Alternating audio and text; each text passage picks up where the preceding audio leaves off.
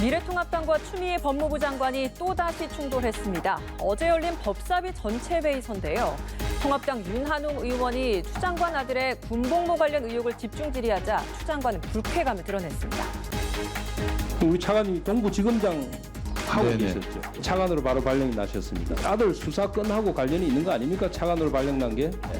소설을 쓰신 동부지검장이 차관으로 와서 법무부에 앉아 있으면 저는 수사가 안 된다고 보는 거예요. 그러니까 국회의원들이 지금 물어보는데 지금 장관이 그 자리에 앉아서 소설을 쓰고 있네. 질문도 질문 같은 질문을 하세요. 국정에 대해서 질문을 하시면서 네, 이후 법사위는 파행했고 통합당 의원들은 이 정도면 인격 문제다. 자신을 돌아보고 사과하라며 추 장관의 태도를 비판했습니다. 이 밖에도 검찰 개혁안과 총장의 수사 지휘권에 대한 공방도 뜨거웠는데요. 오늘은 최민희 전 국회의원, 이상희 세명대 교수와 함께 법사위 파행 소식부터 박지원 국정원장 후보자 청문회 공방까지 다뤄보겠습니다.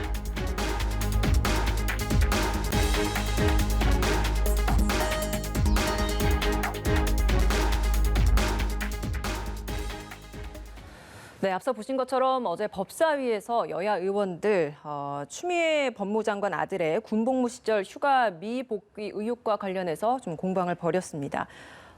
통합당이 끝나고 나서 이야기를 하는 바를 보면 추미애 장관의 인격 문제다 이런 이야기까지 지금 하고 있거든요. 어제 공방 좀 어떻게 보셨습니까? 일단 야당이니까요. 그리고 저는 그 추미애 장관 아들과 관련한 이 공방이 지리하게 이어지고 있는데 이게 박원순 시장 아들이 연상됩니다.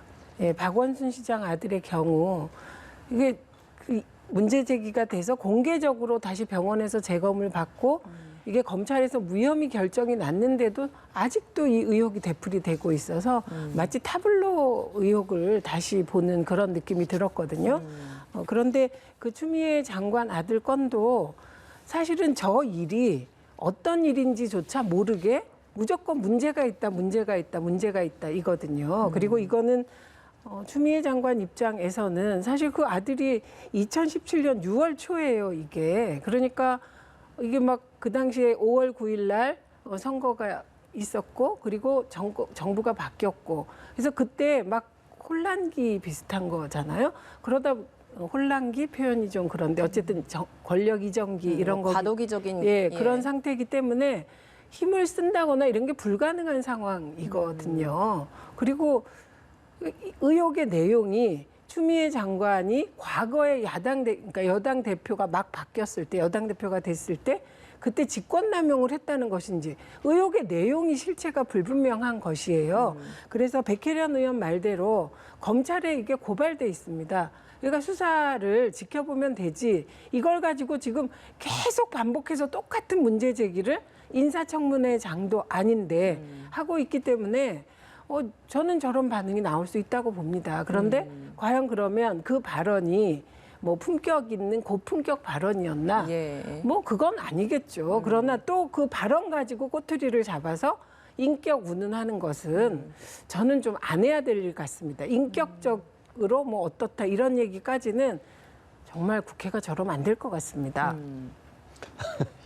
네, 일단 이 부분에 있어서 모욕적인 발언이다. 이런 얘기 하지 않습니까? 면책특권이지 모욕특권이 아니지 않느냐라는데 추미애 법무부 장관은 일국의 법무부 장관이죠. 공직자 중에 공직자로 봐야 되겠죠.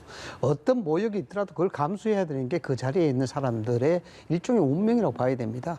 일종의 풍문탄핵이라는 것도 있었거든요. 옛날에는. 어떤 공직자가 공직을 수행함에 있어서 이상하고 확인되지 않는 소문이 있다 하면은 그 소문이 확인될 때까지 그 직에서 내려오는 것이 일종의 풍문탄핵입니다. 그건 조선시대부터 있었던 건데 이걸 우리 지금 현재 잣대 따지는 건 아닙니다만 어제 그 얘기를 듣고 저는 국민의 입장에서 본다 그러면 참 오만스럽지 않느냐라는 그런 생각을 했습니다.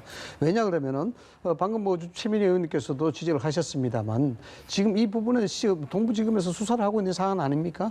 어떤 관계에서든지 수사 결과에 따라서 여기에 대해서 이제 진위 여부가 밝혀지겠죠. 그렇다 그러면은 일국의 법무부 장관으로서 법과 제도를 운영하는 그런 어떤 장관의 입장으로서 수사 결과 수사를 하고 있다라고 이야기하면 되는 겁니다.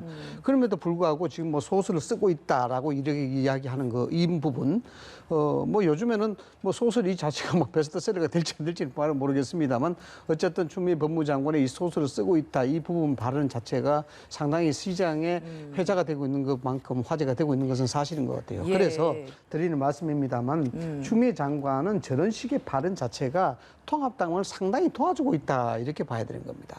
뭐냐 그러면은 어쨌든 뭐 거대 여당으로서 상당히 국민들 앞에 겸손해야 되는 부분이 있고 또 법무부 장관으로서 본인에 관련된 여러 가지 이상한 얘기들이 오고 가고 있고 그것이 수사로 진행되고 있는 상황 아니겠습니까? 이것이 뭐 소문으로만 그치는 것이 아니고 여기에 정언도 나오고 있는 상황이고 상당히 또 일반적이지 않는 얘기만큼은 사실이다.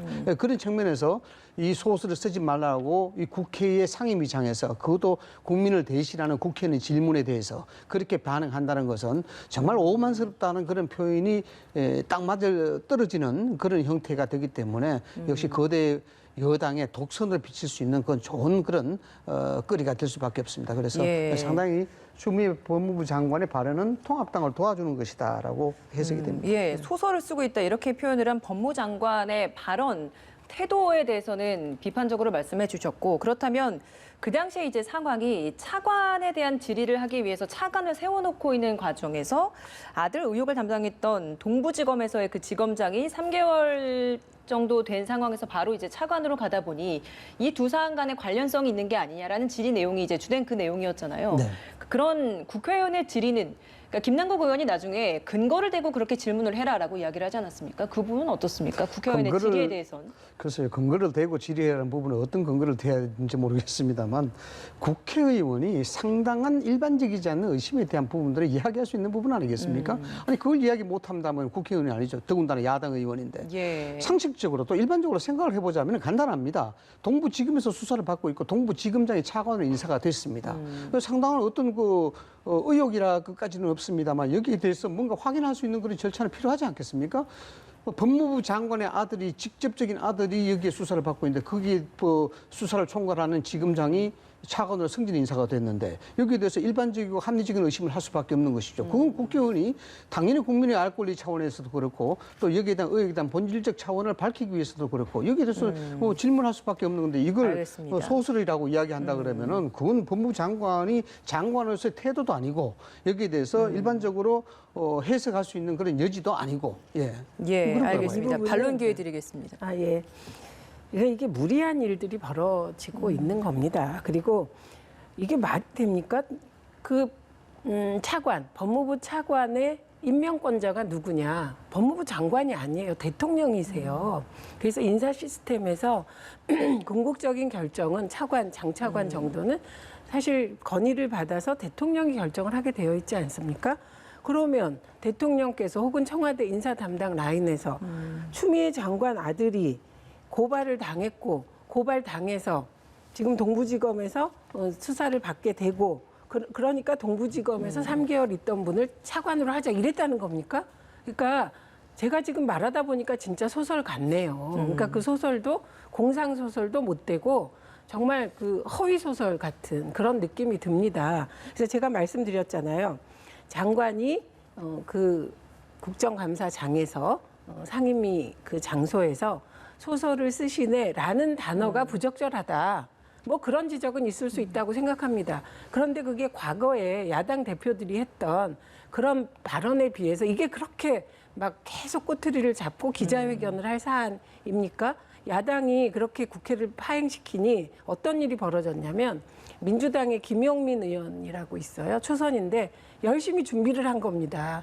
그런데 파행되니까 질의를 제대로 못한 거예요. 그러니까 페북에 올렸더라고요. 이렇게 많은 준비를 했는데 야당이 국회를 파행시켜서 제대로 내가 이거야말로 국민의 알 권리죠. 국민의 알 권리를 위한 질문을 못했다고 페북에 올렸더군요. 그래서 저는 이거 국민의 알 권리 아닙니다. 국민의 알 권리는 내용이 있어야 돼요. 알겠습니다. 아니, 저희가 한 말씀만 더 예. 보시자면 이렇습니다. 법무부 장관은 법무부 장관과 상당한 파트너십을 발휘해야 되는 그런 자리입니다. 그래서 청와대에서 인사를 하는 건 맞습니다. 대통령 임명직이고 당연히 그렇게 하겠죠. 그러나 인사의 원칙상 이 부분에 대해서 서로 소통할 수 있는 원활한 체제가 될 수 있을까 없을까에 대한 부분은 직접적인 해당 부서의 의견을 상당히 물어볼 수밖에 없는 그런 상황이 됩니다. 아니, 법무부 장관과 법무부 차관이 서로 엇박자가 난다면 안 되겠죠. 그래서 서로 호흡을 맞춰가는 그런 구조가 법무부 장관과 차관의 자리입니다. 그런 상황에서 본다 그러면은 지금 관련된 직접적인 수사가 진행되고 있는 상황에서 그 해당자인 동부지검장이 차관이 됐었는데 여기에 대해서 국회의원이 합리적인 의심이 될 수밖에 없다. 그래서 이 부분에 대해서 어떤 것이냐 묻는데 이것이 일반적이지 않다라고 이야기한다 그러면은 그게 그러면은 야당 국회의원들은 어떤 형태의 질문을 해야 되는지 그게 상당히 좀 의심스러울 수밖에 없겠죠. 아니, 그게 말도 예를 안 되는 들어서 거예요. 저는 죄송합니다만 법무부 장관이라 그러면은 동부지검장의 아들이 직접 본인의 아들이 수사를 받고 있는데 그러면 동부지검장의 차관이 될 그런 가능성이 있으면 아 이거는 일반적으로 일반 시중에 의심에 대한 소지가 있을 수가 있다. 오히려 이 부분에 대해서 피해가 막았어야 써야 되는 된다는 것이- 말씀이신 거죠? 막았어야 되지 않겠습니까? 예. 아니, 그게 말이 됩니까? 좀 저는 지금 그 야당 의원들이 이걸 그냥 간단하게 이게 짚을 수도 있다고 생각해요. 그런데 이걸 갖고 이렇게 그 국회를 파행시킬 사안이 됩니까? 그리고 생각해 보세요. 이게 얼마나 웃깁니까? 동부지검에 아들이 고발당했어요. 그런데 장관이 판단하기에 그 내용은 터무니없는 고발이에요. 그런데 마치 아들이 큰 일이 있는 것처럼 동부지검에서 수사를 받고 있으니까 동부지검장을 대통령께서 인사하시면 안 됩니다. 차관시키면 안 됩니다. 이게 더 웃기지 않습니까? 그래서 저는 야당 의원이 그 국무위원을 상대로 야무지게 송곳질을 하는 거. 뭐 권장사항입니다. 송곳질을 하려면 예. 근거가 있어야죠. 알겠습니다. 그 아들 의혹 외에도 어제 검찰 수사심의위원회 관련 언급도 있었습니다. 수사심의위원회에 윤 총장의 입김이 들어갈 우려도 있다라는 표현이 이제 추미애 법무장관의 언급이었는데 때마침 어제 검찰개혁위원회에서 검찰의 총장 수사지휘권 폐지하는 방향의 권고안이 또 나온 바가 있어서 이런 권고안과 추 장관의 이런 입장 표명과 관련해서 좀 전반적으로 좀 어떻게 좀 보고 계십니까? 뭐 추 장관이 어떻게 본다보다 더 중요한 건 객관적인 평가라고 생각합니다. 저는 수사심의위원회의 인재풀이 150명 정도, 그리고 그중에 뭐 15명 정도를 무작위로 추출한다고는 하지만 그 수사심의위원회 간사가 있어요. 실무를 진행하는 간사가 대검의 한 부서의 과장입니다. 이건 완전히 총장이 컨트롤할 수 있는 위원회입니다. 그래서 검찰수사심의위원회는 조금 공개적으로 예를 들면 위원 추천할 때 여야에서 추천도 하고 그리고 위원을 공개하고 그리고 회의록도 나중에 공개하는 이런 좀 투명한 절차가 필요하다. 이거는 과거에 미래통합당이 주장했던 것을 좀 추미애 장관이 받으셔서 검찰총장도에게 지휘하시면 되죠. 이런 건 정말 받아들여야만 하는 것 같고요. 예. 그다음에 중요한 거는 이제 수사지휘권과 관련하여 검찰총장에게 너무 수사지휘권이 집중돼 있다. 그래서 이걸 지검장들에게 좀 분산하는 게 좋겠다는 게 있었고, 그다음에 검찰총장이 여성이면 안 되냐. 그리고 검찰총장이 꼭 검사 출신이어야 되냐. 뭐 이런 문제 제기들에 대해서는 대체로 동의가 되죠. 그리고 저는 수사지휘권 문제가 해결되기 위해서는 윤석열 총장 말대로 돼야 된다고 생각해요. 윤석열 총장의 지론이 수사는 검사가 하는 거라는 거잖아요. 그러니까 이번에 그 소위 유시민 죽이기 검언유착 의혹도 보면 일선 검사들이 수사하게 해줘야 되는 겁니다. 근데 그걸 검찰총장이나 다른 단위가 개입하면 곤란한 것이죠. 그래서 그 윤석열 총장의 어떤 지론도 반영된 거죠. 결국은 수사는 검사가 하고 검찰총장이나 윗선의 역할은 뭐냐? 검사가 수사를 잘하도록 방패막이가 되어주는 그런 역할을 하는 게 필요하지 않겠습니까? 네. 네, 뭐 이 부분을 참 어떻게 말씀을 드려야 될지 모르겠는데 이 전형적으로 메시지가 불리하면 메신저를 공격한다는 논리에 다름 아니다라고 말씀을 드릴 수가 있습니다. 이 검찰의 수사심의위원회, 물론 강제성이 없는 것이죠. 이게 무작위로 열댓 명을 선발해서 하는 겁니다. 이 뭐 100명, 200명 가까이 되는 그 수사심의위원들을 검찰총장이 어떤 영향력을 해서 이게 다 선별한다. 이게 글쎄요, 뭐 가능할까? 또 입김이 여기에 영향 미칠까에 대한 부분도 우리가 새롭게 따져 따져봐야 될 일이다라고 생각이 됩니다. 이 부분을 굳이 지금 와서 이야기하는 부분들은 이 부분에 대해서 상당히 곤혹스럽기 때문이죠. 추미애 법무부 장관 입장으로서는. 왜냐 그러면은 검찰의 수사권 지휘권, 수사 지휘권 이게 법무부 장관 행사하면서 이 부분에 대해서 검언 유착으로 몰아갔지 않습니까? 그런데 수사심의위원회가 이 부분은 아니다라고 이야기한 것이죠. 아니다라고 이야기하고 오히려 지금 KBS 쪽으로 특정 방송사 쪽으로 다시 또 수사를 할 수 있다라는 그런 가능성까지 제기가 되고 있습니다. 그러니까 상당히 이 국면이 곤혹스러워가 된 거예요. 이 부분에 대해서 명분이 없어지고 정당성이 없어진 겁니다. 그러니까 수사심의위원회가 오히려 문제가 있다고 지금 공격하는 거 아니겠습니까? 결정 자체를 만약에 유리하게 결정을 났다 그러면 수사심의위원회가 공정했다라고 이야기하겠죠. 그러나 이 부분이 공정하지 못하라고 이야기하는 것은 결국 심의위원회가 입맛대로 나타나지 않는다라는 어떤 국민 전환을 위한 그런 수단으로밖에 해석이 되지 않습니까? 그럼 다름 아니다라는 것이고 여기에 대해서 참 추미애 법무부 장관 참 대단하신 것 같아요. 이 상황에 대해서 지금 방금 말씀하셨던 수사 지휘권에 대한 문제, 인사 의견에 대한 개진에 대한 문제, 다양한 검찰총장의 문제 세 가지를 들고 나왔단 말이에요. 이게 처음부터 끝까지 보면은 무찌르자 윤석열, 타도하자 윤석열이에요. 여기에 불과하지 않습니다. 그렇지 않습니까? 지금 수사 지휘권을 행사했지만은 이게 예민한 겁니다.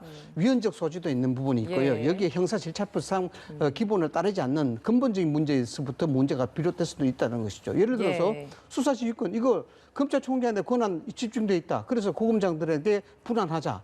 이건 아닙니까? 그러면은 검찰총장에 대한 법무부 장관의 수사 지휘권은 윤석열 검찰총장이 아니고 고검장급으로 향하게 되는 겁니다. 이게 뭐냐 그러면은 궁극적으로 법무부 장관의 수사 지휘권을 더욱 강화하는 소위 말해서 제왕적 장관에 대한 기반 구축에 불과하다라는 겁니다. 알겠습니다. 이게 어떻게 예. 되냐면은 헌법적으로 문제가 있는 거예요. 대통령은 행정부의 수반입니다. 그럼 준사법계인 검찰이 행정부에 예속될 수밖에 없는 그런 상황이 되는 거예요. 이걸 가지고 지금 여기에 대해서 이건 일반 상식적으로는 아니 납득이 안 되는 지금 일이에요. 말도 안 되는 말씀을 하세요. 궤변이세요. 뭐냐면 법에 법무부 장관은 검찰총장만을 지휘할 수 있다고 되어 있습니다. 그런데 어떻게 그 지검장들을 지휘합니까? 만약에 그런 의도라면 법을 고쳐야 되는 것이죠.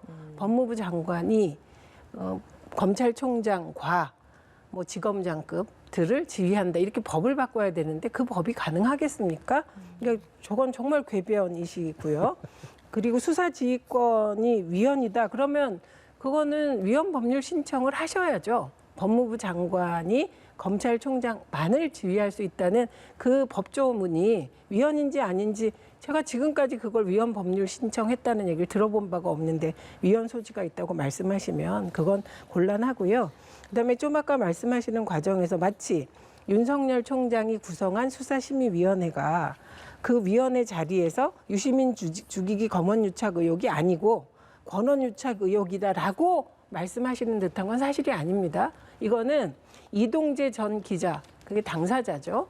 피의자, 지금 이 피고예요. 구속됐어요. 이쪽에서 주장하는 논리입니다. 정말 말도 안 되는 논리인 점을 말씀드리고 그다음에 이 안을 뭐 추미애 장관 개인이 만든 것처럼 말씀하시는데 그게 아니고요. 법무부 검찰개혁위원회의 권고사항이죠. 예. 그러니까 이제 이 부분을 앞으로 어떻게 할지에 대해서는 법사위도 있고 여야가 있는데 다 논의해야 하지 않겠습니까? 알겠습니다. 이 주제는 여기까지 좀 다뤄보도록 하고요. 어제 또 국회에서 박지원 국정원장 후보자 인사청문회도 있지 않았습니까? 뭐 정치 구단이다 이렇게도 불리고 있는 박지원 후보자지만 청문위원으로는 여러 차례 청문회에 참석은 했지만 청문 대상이 된 건 또 이번이 처음이었습니다. 어떻게 좀 평가를 하시겠습니까? 저희 원내대표 하실 때 보면 이제 그 국무위원 청문회를 하게 되면 이번에 몇 명 꼭 낙마입니다. 이렇게 시작을 하세요.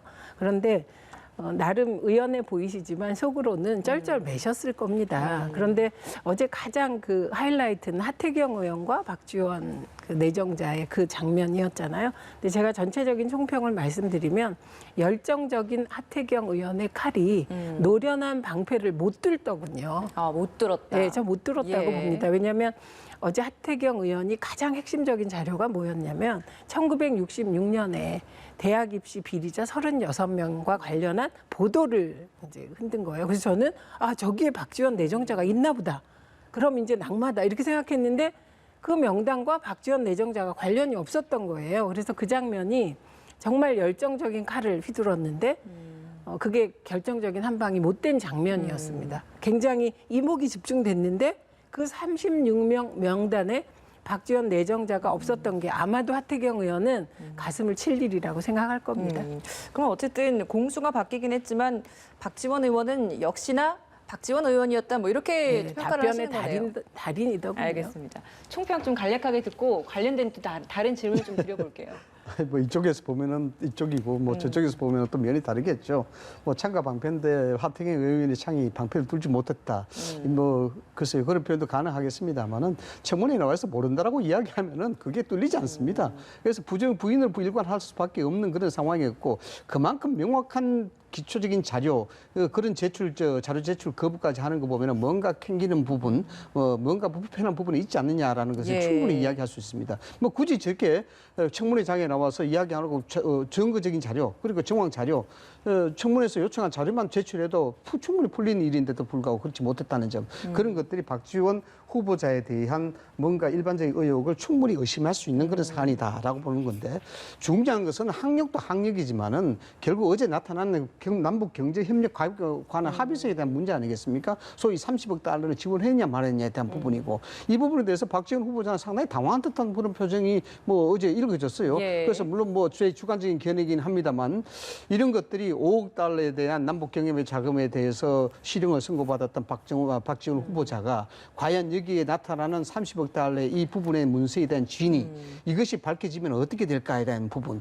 그리고 여기에 대해서 어떤 명확한 해명 자료를 낼 수 있을까 이것은 앞으로 계속해서 지켜볼 사안이고 명확하게 규명이 돼야 될 그 어떤 국가적인 아젠다다 이렇게 보는 알겠습니다. 하태경 의원의 창은 박지원 의원의 방패를 뚫지 못했다고 말씀하셨는데 지금 교수님이 좀 언급해 주셨던 그 주호영 의원이 문건. 처음 제시했었던 그 문건. 오늘 주호영 의원 원내대표가 인터뷰를 한 내용을 보면 그 문건이 어디서 나온 것이냐라는 질문에 대해서 전직 고위 공무원의 제보를 받은 것이다. 이런 이야기를 했거든요. 그러니까 그 문건이 뭐 예를 들면 문건 유출이 어떻게 됐냐 이건 뭐 저는 관심이 없습니다. 그건 수사에서 밝히시면 돼요. 이런 거 밝히셔야 되는 거예요. 수사기관이. 그리고 그런데 만약에 밝혔는데 수사를 해서 밝혔는데 정말 김대중 대통령의 지시로 당시의 문체부 장관이 사인을 했다고 칩시다. 근데 이건 비공개 문서예요. 그러면 이런 대통령의 통치 행위가 다 무력화됩니까? 그러니까 이게 남북 관계를 해나감에 있어 이러시면 곤란한 게 이우락 전 중앙정보부장이 밀사로 북한에 파견됐었습니다. 그러면 박정희 대통령 어떻게 되는 겁니까? 그거에 대해서 민주당이 얘기하지 않아요. 그리고 박근혜 전 대통령이 2012년 즈음에 김정일 위원장을 만났다는 거 아닙니까? 그 어간에? 그거에 대해서 문제 제기하지 않아요. 왜? 그렇게 해야 남북관계가 뚫리기 때문입니다. 그래서 전 이 장면을 보면서 2012년 대선을 뜨겁게 달궜던 NLL 합의서.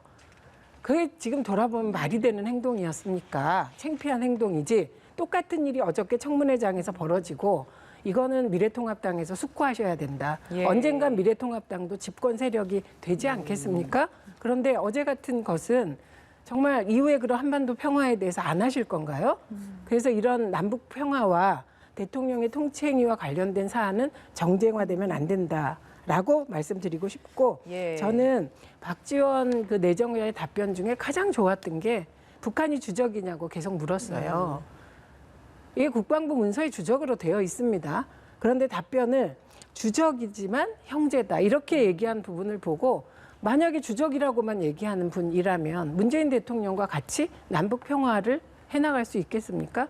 그래서 그 장면을 보면서 정말 일을 잘하겠다 이런 생각을 했습니다. 그럼 오늘 정보위에서 청문보고서 채택 문제 논의를 할 텐데 채택될 거라고 예상을 하시는 건가요? 채택되겠죠. 그 관심은 그게 아니죠. 야당이 보이콧 하냐 안 하냐겠죠. 왜냐하면 채택은 됩니다. 그럼 야당은 어떤 태도를 보일 거라고 좀 예상을 하시나요? 그 낙마 영순이셨잖아요. 그러니까요. 그렇게 얘기해놓고 지금 창이 무뎌서 방패를 못 뚫은 이 상황에서 그냥 우리 창이 무뎠습니다 하면 저는 미래통합당에 표를 줄 것 같아요. 그런데 안 그러실 것 같아요. 알겠습니다. 좀 어떻게 예상을 하십니까? 결국 뭐 의지를 갖고 임명할 수밖에 없지 않겠습니까? 지금 상황에서 낙마시킨다 그러면 대통령 임명권 그리고 전국에 대한 상당히 영향이 예상될 수밖에 없겠죠. 통치적 행위로 30억 달러에 대해서 이야기하는데 민주적인 사회에서 통치적 행위를 그 통치 그 자체를 이해하시면 안 됩니다. 이 부분은 국가적인 대사가 크게 걸려 있는 사안이고 여기에 남북 관계에 향후 명운이 걸리는 그런 사건들이기 때문에 여기에 대해서는 뭔가 밀수적인 부분, 밀약적인 부분, 암묵적인 부분 이런 것들은 국민적 컨센서스가 없이 이렇게 된다 그러면은 상당히 문제가 될 수밖에 없는 상황이에요. 그 부분에 대해서 이야기하는 것이지 흡사 통합당이 남북 간의 화해 무드, 평화 무드를 방해하는 절대적인 어떤 레드 컴플렉스에 의지하는 그런 정당처럼 왜곡하시는 것은 좀 문제가 있다라고 보는 거예요. 저는 예. 레드 컴플렉스 아직도 있으신 것 같아요. 왜냐하면 그러면 이명박 정부에서도 북한과 이런저런 협상을 시도했습니다. 그리고 그때 일부 나온 보도를 보면 부적절한 제안도 있었다는 거 아닙니까? 그럼 그건 어떻게 되는 겁니까? 그러나 테이블을 두고 이야기하는 것과 그 모든 것에 대해서 예를 들면 테이블이 만들어지기 전까지는 여러 가지 대화와 특사인가 오가고 그런 거 아닙니까? 알겠습니다. 그런 걸 전부 공개하라 그러면 예. 되겠습니까? 예. 테이블이 만들어지고 테이블을 가지고 어떠한 사안에 대해서 결정적으로 하기까지 합의하고 논의하는 것은 수많은 테이블이 필요한 건 사실입니다. 그러나 그 결정되는 부분에 대해서는 국민적 컨센서스가 있어야 되는 것이죠. 그걸 만들기 위해서 일종의 언더 테이블이 필요하다는 겁니다. 그런데 그 언더 테이블에서 결정 사항까지 결정해버리면 그건 국민에 대한 합의 그 자체를 위반하는 거죠. 알겠습니다. 그러면 과거의 보수 정부는 너무 기책사유가 많죠. 알겠습니다. 민주당 당권 레이스 이야기를 해보죠. 주말부터 전국을 돌면서 당심 잡기를 시작했습니다. 세 후보 모두 다 위기를 강조를 하고는 있는데 위기를 대처하는 방법에 있어서는 다른 방법들을 내놓고 있는 것 같습니다. 그리고 일단은 당심을 잡는 전략적인 면에서도 조금씩은 차이가 있는 것 같은데 지금까지 나온 이 전당대회 당권 레이스에서의 분위기를 봤을 때는 아직까지도 이낙연 후보가 좀 더 유리하다라고 보고 계십니까? 우선 박주민 의원이 등장하면서 민주당 전당대회가 되게 상큼해지고 역동적으로 바뀌었다.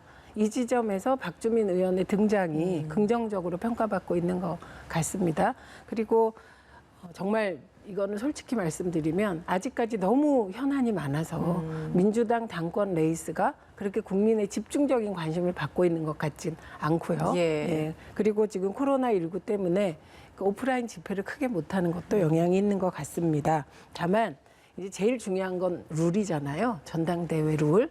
이게 대의원들이 40%의 투표권을 가지고 있습니다. 그리고 일반 당원들, 당비 내는 권리당원. 그분들이 40%. 그리고 여론조사 10%. 그리고 일반 당원. 당비는 안 내지만 페이퍼 당원. 이분들이 5%입니다. 그러니까 이게 전체적으로 보면 조직표 45대 일반 여론 55예요. 근데 지금 보니까 일반 여론 55%에서는 박주민 의원이 상당히 앞서 있습니다.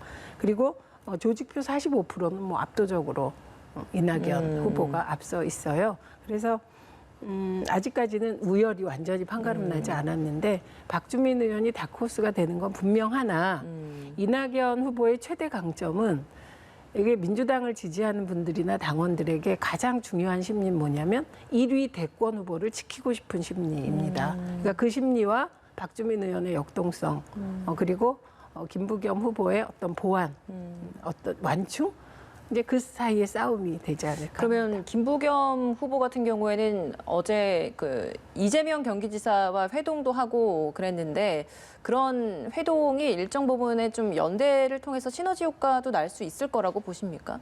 그건 나겠죠. 그런데 제한적이라고 생각합니다. 알겠습니다. 일단 컨벤션 효과가 가장 중요하지 않겠습니까? 민주당 같은 경우에 향후 대선을 준비하는 그런 과정도 그렇고 또 집권 말기차도 그렇고 그래서 민주당의 당대표 선거 자체는 상당히 국면을 전환할 수 있는 그런 절호의 기회죠. 그러나 문제는 지적하시다시피 흥행이 되지 않는다는 겁니다. 여기 이제 그러한 것을 인지했는지는 모르겠습니다만 박주민 의원이 여기에 뛰어드는 거죠.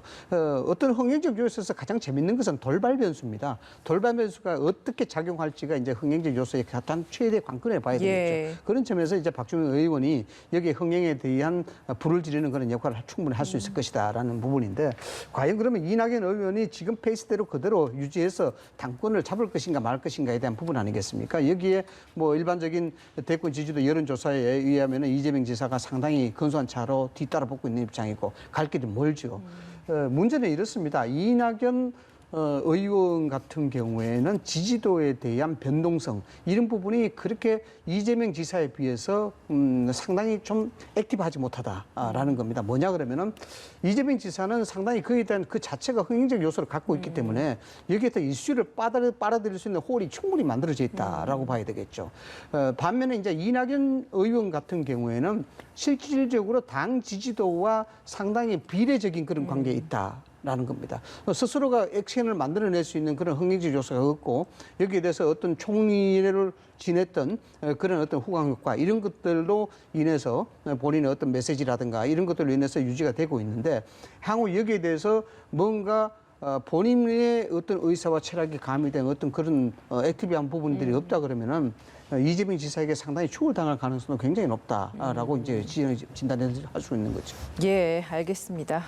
뭐 8월 초에 다시 한번 전당대회 뭐 합동 연설이 있고 그러면 8월 29일 날 전당대회가 열리게 됩니다. 그 결과를 저희가 끝까지 좀 지켜보죠. 오늘 도움 말씀 여기서 마무리 짓겠습니다. 최민희 전 국회의원, 이상희 세명대 교수와 함께했습니다. 고맙습니다.